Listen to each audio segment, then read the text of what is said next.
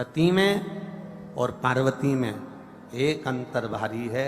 सती माँ धनवान है और पार्वती मैया गुणवान है।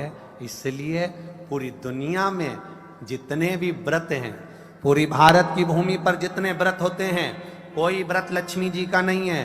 भारत की भूमि पर कोई व्रत सरस्वती मैया का नहीं है। भारत की भूमि पर कोई व्रत इंद्राणी का नहीं है। भारत की भूमि पर कोई व्रत किसी देवी का नहीं है। जितना भारत की भूमि पर एक व्रत भारी है वो है माता पार्वती जी का। तीज का व्रत करोगे तो पार्वती जी का है, चतुर्थी का व्रत करोगे तो पार्वती जी का है, छठ का व्रत करोगे तो पार्वती जी का है। आप जितने व्रत देवी जी का करोगे नवरात्र में तो पार्वती जी का है। भारत की भूमि पर जितने व्रत हुए नारियों के, छोटी तीज, बड़ी तीज, हरतालिका तीज, करवा चौथ, जितने चतुर्थी के व्रत, जितने तीज के व्रत, जितने छठ के व्रत, जितने भारत की भूमि पर हुए, ये सब माता पार्वती जी के हैं। पार्वती के क्यों हैं?